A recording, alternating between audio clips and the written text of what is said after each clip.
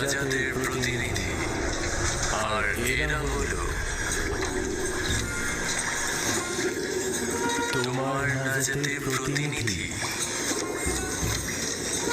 বালতির উপরে বসে পড়ো, যাতে কূপ থেকে নাজাত পাও।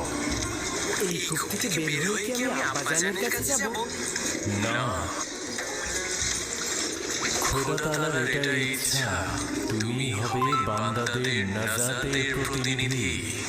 এই কাফিলার সঙ্গে দূরে কোন দেশে চলে যাবে। তাহলে আমার আব্বাজানের কি হবে? আমি তো তাকে ভালোবাসি। তিনি অবশ্যই তোমার বিচ্ছেদে ধৈর্য ধারণ করবে। এটাই পরবর্তীকালের ইচ্ছা।